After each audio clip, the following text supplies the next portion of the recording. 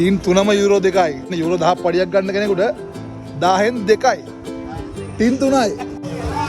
එන්න ඉතින් fresh strawberry.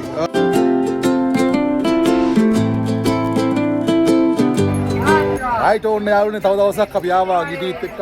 අපි දැන් ඉන්නේ කටානියා. අපි අද පොලේ යන්නේ කටානියා වල. හරි. මම හිතන්නේ අති විශාල පොලක්. පොඩි රවුමක් ගහම නම් ගිටිත් එක්ක මේ පොලේ. පොල ඉස්සරහම තියෙන දොඩම්. මොකද ඉතින් කටානියා වල දොඩම් කියනවා හොඳම දොඩම් තියෙන්නේ කටානියා වලයි සිසිලියේ. අපි දැන් පොලට යන්න කලින් ප්‍රමුඛයක් එම්බීලා.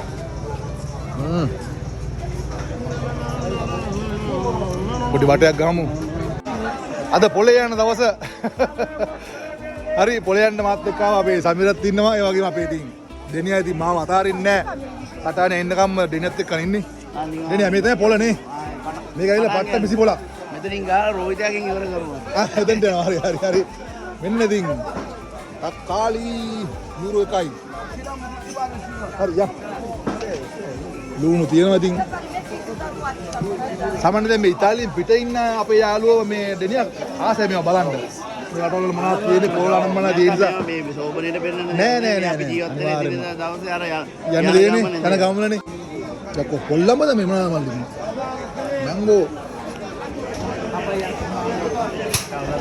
mango. Dove vieni questo mango? 1 kilo 4 euro. Che paese vieni? Paese Spagna. Spagna? Spagna anche qua. Ah, me tuono ne? Hari. Boleh ya? Baru ganda. Janna?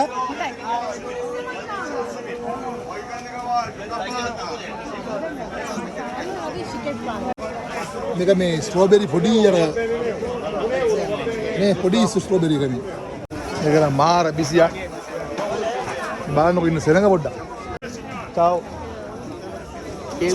sorry Sei alto e non mi vedi. okay scusami sorry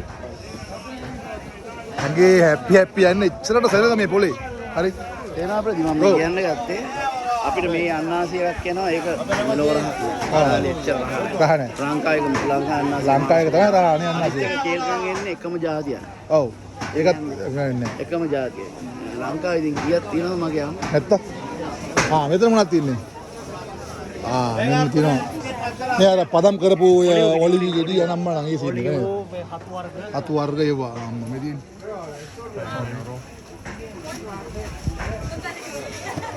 තියෙන්නේ මොකී දාලා දෙනවා නේ ලංකාවට ගෙනියන්නද කියලා මම අහනවා. සා ආලා තමයි පැක් කරන්නේ. බලමු බාන්න ගෙඩියක් කාලා තියෙන්නේ ඔලිවි කේක වර්ග ඔලිවි පදම් කරපුවා පොස්ස සජ්ජාරේ වුණා එන්න කිලෝ එක යුරෝ 8යි කිලෝ එක යුරෝ 8යි මම කිලෝ 10ක් විතර අරන් ගෙනාවා.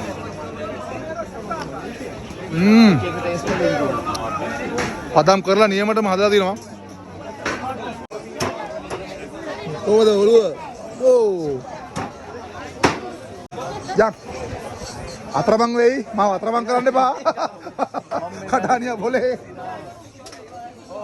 හලෝ ආයිබෝන් හරි බඩු ටිකක් ගන්නවා පොලට ගන්නම් හරි ඇත්තම මේ මාර බිසි පොලක් මේක යාළුවනේ මෙන්න තියෙනවා අපේ මොනවාද ස්ට්‍රෝබෙරි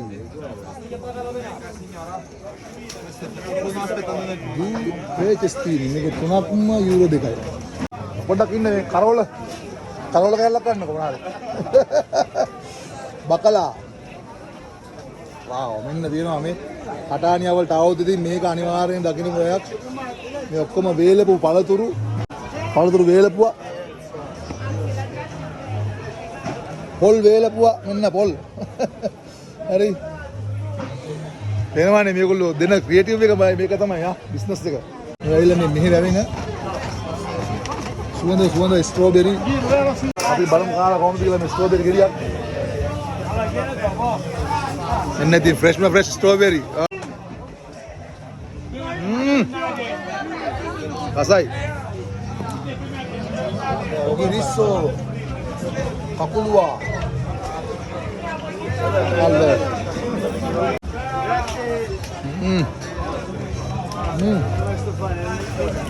ස්ට්‍රෝබෙරි නම් තියෙන ඕන තරම්.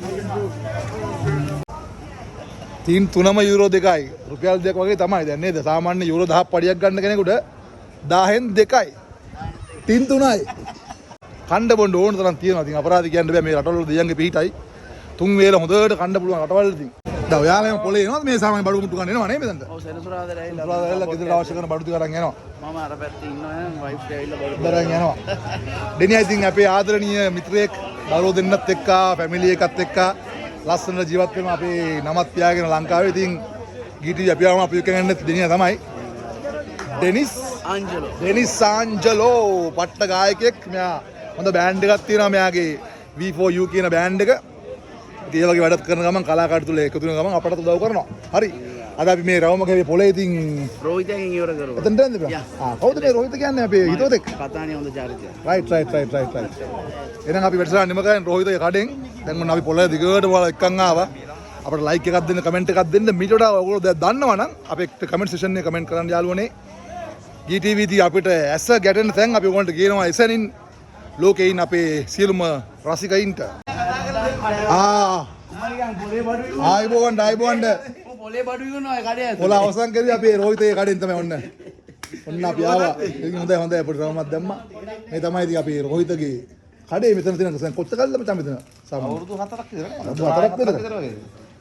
හරි ඔන්න ලංකාවේ විදිහට ඕන දෙයක් ගන්න පුළුවන් තරම් මෙතන. ඔයා හිතන්නේ බිස්නස් කරන්නේ කඩේනේ ඔක්කොම නිකන් මාළු පන් දෙනවා හැමදාම. මාළු පන් දෙනවා. ඔයාට මාර ආදරේ කටානිය ඉන්න කොල්ල සෙට් එක.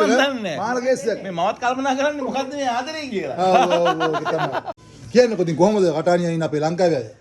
ඇත්තටම හරි හොඳයි. හරි සුවඳයි. සුවඳයි. ඒ කියන්නේ මං හිතන්නේ උඩහා ඉන්න කට්ටියට වැඩිය මේ මිනිස්සු මාර මනුස්සකම නැති හොඳයි. කෑම ටිකක් හරි දෙන්න මෙහි ඕන එක්කෙනෙක් ලංකාවේ විදිහටම හැදලා ඉන්නවා. කවුරු හරි આવොත් එහෙම කවදාවත් බඩගින්න අරින්නේ නැහැ. ඔව්. ඒ කියන්නේ එච්චරම හරිම හොඳයි මේ මිනිස්සු. එක්කෙනෙක් දෙන්නේ කොහෙත් ඉන්නවනේ. ඒ සාමාන්‍ය පොඩි කට්ටියක් සාමාන්‍යයි. පොඩි කට්ටියක්. අනිත් එන්නම් හැමතැනම මේ මනුස්සකම අතින් නම් ඇත්තටම මාරම රෙස්පෙක්ට් අපේ මේ කතානිය මිනිස්සු. මේ සෙට් එකේ සුපිරි අත්ත. මමත් දැන් මේ ඉතාලියේ වටේම කරගෙනවා. යාළුවනේ කූඹි රැළ වගේ මේම කරනකොට කට්ටිය සෙට් වෙනවා. අපි සෙට් වුණා ඊයේත් ඉතින්. ඔව් මට ඉන්න බැරුව ඉතින් කට්ටිය කොහොම සෙට් වෙනවා. අපි ආවනේ හොයාගෙන.